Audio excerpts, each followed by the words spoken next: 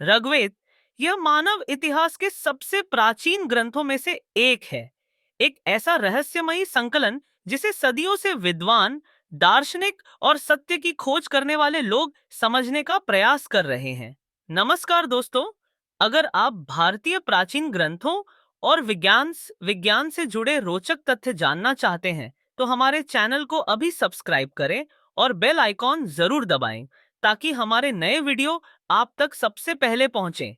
ऋग्वेद लगभग 3500 साल पुराना माना जाता है, यानी लगभग 1500 ईसा पूर्व के आसपास रचा गया। यह वही समय था जब प्राचीन भारत में वैदिक काल का प्रारंभ हो रहा था। हालांकि कुछ विद्वान यह भी मानते हैं कि इसकी उत्पत्ति इससे भी पुरानी हो सकती है और यह लगभग 4000 ईसा पूर्व का हो सकता है।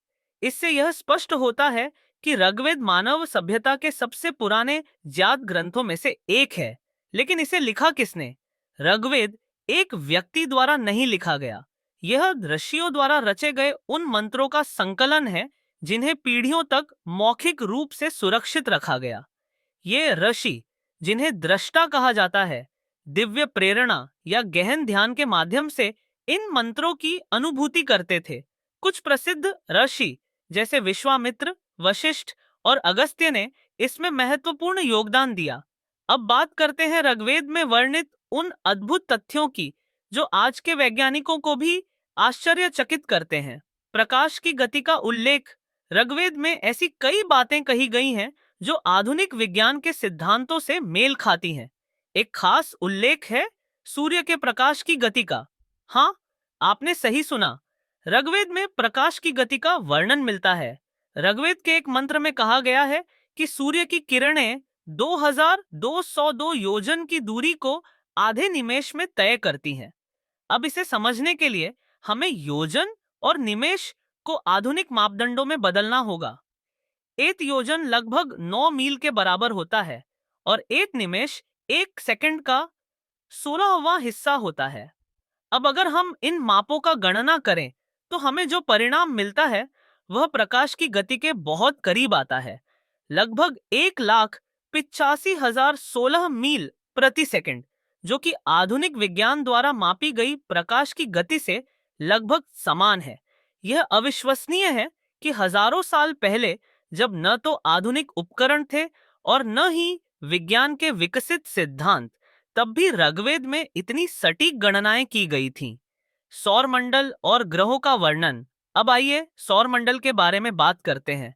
ऋग्वेद में सौर मंडल के बारे में उल्लेख मिलता है जिसमें ग्रहों की गतियों और उनके आपसी संबंधों का वर्णन किया गया है।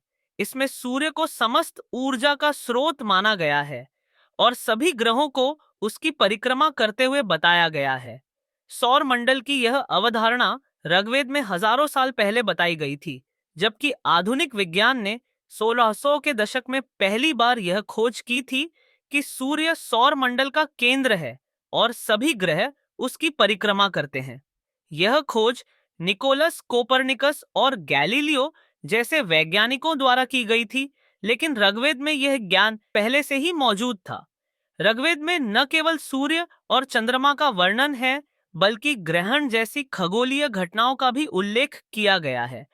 ऋग्वेद के अनुसार ग्रहण तब होता है जब राहु नामक एक असुर सूर्य या चंद्रमा को ग्रस लेता है। यह उस समय की धार्मिक और खगोलीय मान्यताओं का अद्भुत मिश्रण है। आज के विज्ञान ने भले ही ग्रहण की वैज्ञानिक व्याख्या दे दी हो, लेकिन ऋग्वेद में इसका उल्लेख हजारों साल पहले ही कर दिया गया था। इससे यह साबित होता है कि हमारे पूर्वजों की खगोलीय जानकारी कितनी उन्नत थी। ऋग्वेद के ये प्राचीन तथ्य यह साबित करते हैं कि हमारे पूर्वजों का ज्ञान कितना गहरा और रहस्यमयी था। ऐसे ही और अद्भुत तथ्यों के लिए हमारे चैनल को सब्सक्राइब करना न भूलें।